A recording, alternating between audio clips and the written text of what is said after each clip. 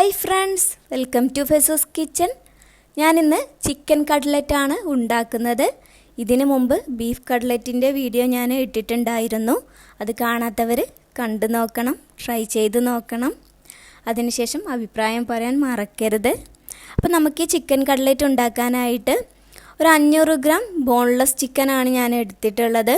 എല്ലോട് കൂടിയിട്ടുള്ള ചിക്കന് വേണമെങ്കിലും എടുക്കാം. അപ്പോൾ കുറച്ചുകൂടി ചിക്കൻ എടുത്താൽ മതി. ഇനി ഇത് വേവിച്ചെടുക്കാനായി ഒരു കുക്കറിലേക്ക് ഇട്ട് കൊടുക്കുന്നുണ്ട്. ഉരുളക്കിഴങ്ങും ഇതിനോട് കൂടി തന്നെയാണ് വേവിച്ചെടുക്കുന്നത്, അതുകൊണ്ടാണ് കുക്കറിൽ ഇട്ട് കൊടുക്കുന്നത്.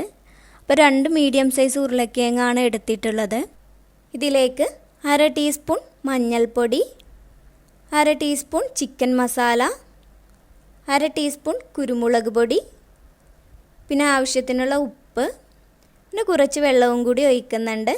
ഈ ചിക്കൻ ഒന്ന് വേവാൻ ആവശ്യത്തിനുള്ള വെള്ളം ഒഴിക്കാം. കുക്കറിലായതുകൊണ്ട് പെട്ടെന്ന് ഉരുളക്കിഴങ്ങും ചിക്കനൊക്കെ വെന്ത് കിട്ടും.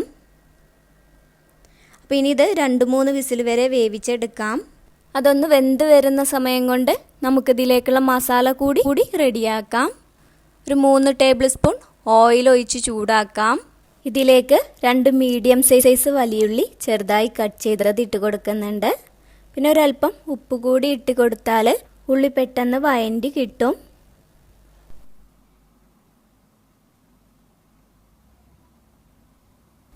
ഒന്നര ടീസ്പൂൺ ഇഞ്ചി വെളുത്തുള്ളി പേസ്റ്റ് ഇട്ട് കൊടുക്കാം.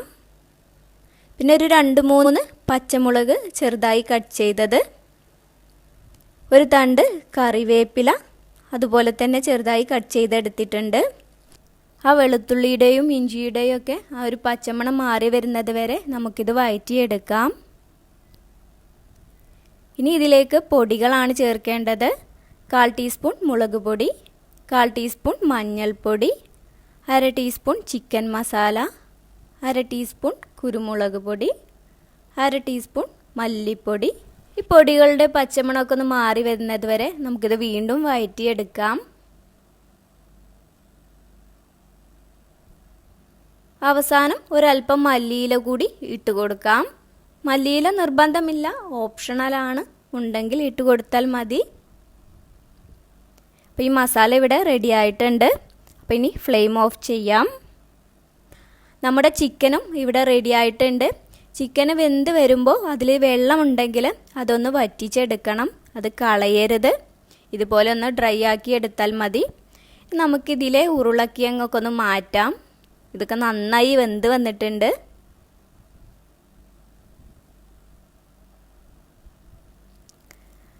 ഇനി ഈ ചിക്കൻ ഒന്ന് മിക്സിയിൽ പൾസ് ചെയ്ത് അടിച്ചെടുക്കുകയാണ് ചെയ്യുന്നത്. അല്ലെങ്കിൽ കൈ വെച്ചിട്ട് ഷ്രെഡ് ചെയ്തെടുത്താലും മതി. മിക്സിയിലാകുമ്പോൾ പെട്ടെന്ന് റെഡിയായി കിട്ടും.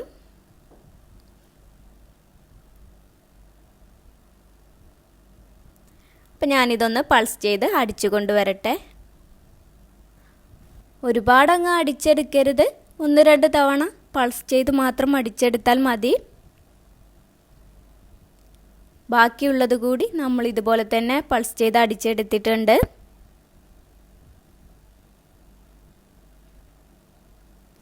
നമുക്ക് ആ ഉരുളക്കിഴങ്ങ് ഒന്ന് ഉടച്ചെടുക്കണം. ഞാനിപ്പോൾ ഒരു ഫോർക്ക് വെച്ചിട്ടാണ് ഉടച്ചെടുക്കുന്നത്. ഒരു തവി വെച്ചിട്ടൊക്കെ ഇതുപോലെ ഉടച്ചെടുക്കാം.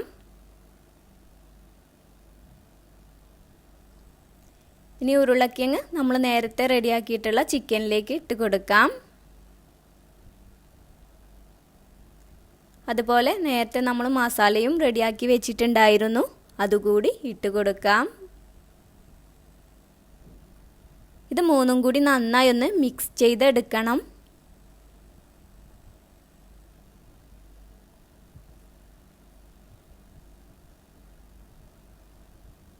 ഇനി ഇതിലേക്കൊരു 3 ടേബിൾ സ്പൂൺ ബ്രെഡ് ക്രംസ് കൂടി ഇട്ട് കൊടുക്കാം.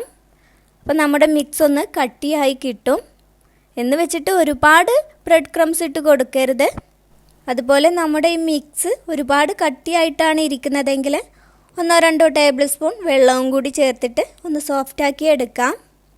അപ്പോൾ അത് നോക്കിയിട്ട് അതിനനുസരിച്ച് ചെയ്താൽ മതി. പിന്നെ ഈ സമയത്ത് ഇതിലെ ഉപ്പൊക്കെ ഒന്ന് നോക്കണം. ഉപ്പില്ലെങ്കിൽ ഉപ്പൊക്കെ ഇട്ട് കൊടുക്കണം. അപ്പോൾ നമ്മുടെ കട്ട്ലറ്റിൻ്റെ മിക്സ് ഇവിടെ റെഡി ആയിട്ടുണ്ട്. നമ്മളിതിങ്ങനെ പരത്തി നോക്കുന്ന സമയത്ത് ഇതുപോലെ കറക്റ്റായിട്ട് പരത്താൻ പറ്റുന്നുണ്ടെങ്കിൽ മിക്സിലെല്ലാം കറക്റ്റാണ്. അപ്പോൾ വെള്ളമോ അല്ലെങ്കിൽ ബ്രെഡ് ക്രംസിൻ്റെയോ കുറവുണ്ടെങ്കിൽ അതിനനുസരിച്ച് ഇട്ട് കൊടുക്കാം. ഇനി നമുക്കിതിൽ നിന്ന് കട്ട്ലറ്റ് ഒന്ന് റെഡിയാക്കി എടുക്കാം. ഇതിലിപ്പോൾ എല്ലാം കറക്റ്റാണ്. അപ്പോൾ നമുക്കിതുപോലെ കട്ട്ലറ്റ് ഒന്ന് പരത്തിയെടുക്കണം. ചെറിയൊരു കനത്തിൽ വേണം കട്ട്ലറ്റ് റെഡിയാക്കാൻ. അപ്പോൾ നമ്മുടെ കട്ട്ലറ്റ് ഇവിടെ റെഡി ആയിട്ടുണ്ട്. കണ്ടോ, ഈ ഒരു കനത്തിലാണ് ഇത് പരത്തി എടുത്തിട്ടുള്ളത്. അപ്പോൾ ഇതുപോലെ തന്നെ ബാക്കിയുള്ള മിക്സ് വെച്ചിട്ടും നമുക്ക് കട്ട്ലറ്റ് റെഡിയാക്കി എടുക്കാം.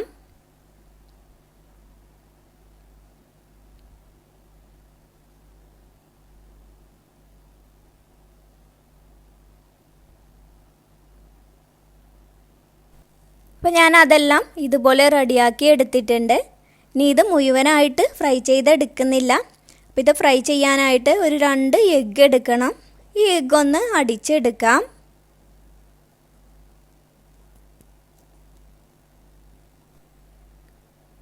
പിന്നെ കുറച്ച് ബ്രെഡ് ക്രംസ് കൂടി വേണം.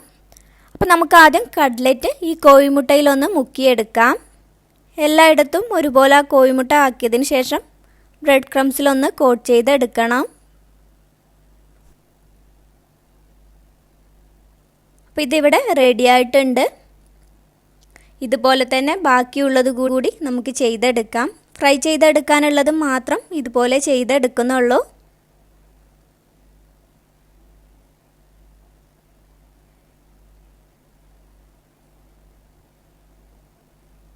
അപ്പോൾ ഫ്രൈ ചെയ്തെടുക്കാനുള്ളത് ഞാൻ ഇതുപോലെ കോട്ട് ചെയ്തെടുത്തിട്ടുണ്ട്. ബാക്കിയുള്ളത് ഇതുപോലെ ഒരു കണ്ടെയ്നറിലാക്കിയിട്ടാണ് വെച്ചിട്ടുള്ളത്.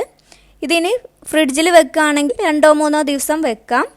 അല്ല എന്നുണ്ടെങ്കിൽ ഫ്രീസറിൽ 2 ആഴ്ച മുതൽ 1 മാസം വരെ നമുക്ക് ഒരു കേടും കൂടാതെ സൂക്ഷിച്ച് വെക്കാൻ പറ്റും. അപ്പോൾ നന്നായി ഒന്ന് അടച്ചു വെച്ചാൽ മതി. ഇനി ഇത് ഫ്രൈ ചെയ്യാം.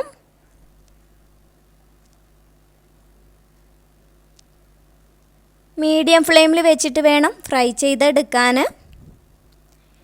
ഇതിൽ നമ്മളെല്ലാം വേവിച്ചിട്ടാണ് ചേർത്തിട്ടുള്ളത്. ചെറുതായി ഒന്ന് ഫ്രൈ ആയി കിട്ടിയാൽ മാത്രം മതി.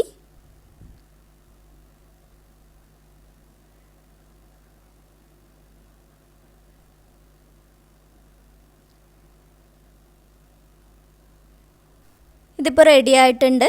എണ്ണയിൽ നിന്ന് കോരി മാറ്റാം.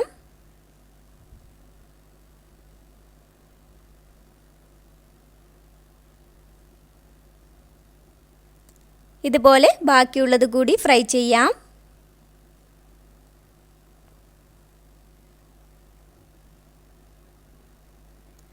അപ്പോൾ നമ്മുടെ ടേസ്റ്റി ആയിട്ടുള്ള കട്ട്ലറ്റ് ഇവിടെ റെഡി ആയിട്ടുണ്ട്. വളരെ സിമ്പിളാണ്, അതുപോലെ തന്നെ നല്ല ടേസ്റ്റിയുമാണ്. ഇതുപോലെ റെഡിയാക്കി സൂക്ഷിച്ച് വെച്ചാൽ നമുക്കൊരു മാസം വരെ എപ്പോൾ വേണമെങ്കിലും കട്ട്ലറ്റ് റെഡിയാക്കി എടുക്കുകയും ചെയ്യാം. എല്ലാവരും ട്രൈ ചെയ്ത് നോക്കണം. അതിനുശേഷം അഭിപ്രായം പറയാൻ മറക്കരുത്. നിങ്ങൾക്കെൻ്റെ വീഡിയോ ഇഷ്ടമായെങ്കിൽ ലൈക്ക് ചെയ്യാനും ഷെയർ ചെയ്യാനും അതുപോലെ സബ്സ്ക്രൈബ് ചെയ്യാത്തവരാണെങ്കിൽ സബ്സ്ക്രൈബ് ചെയ്യാനൊന്നും മറക്കരുത്. അപ്പോൾ അടുത്തൊരു അടിപൊളി വീഡിയോയുമായി വീണ്ടും കാണാം. Thank you.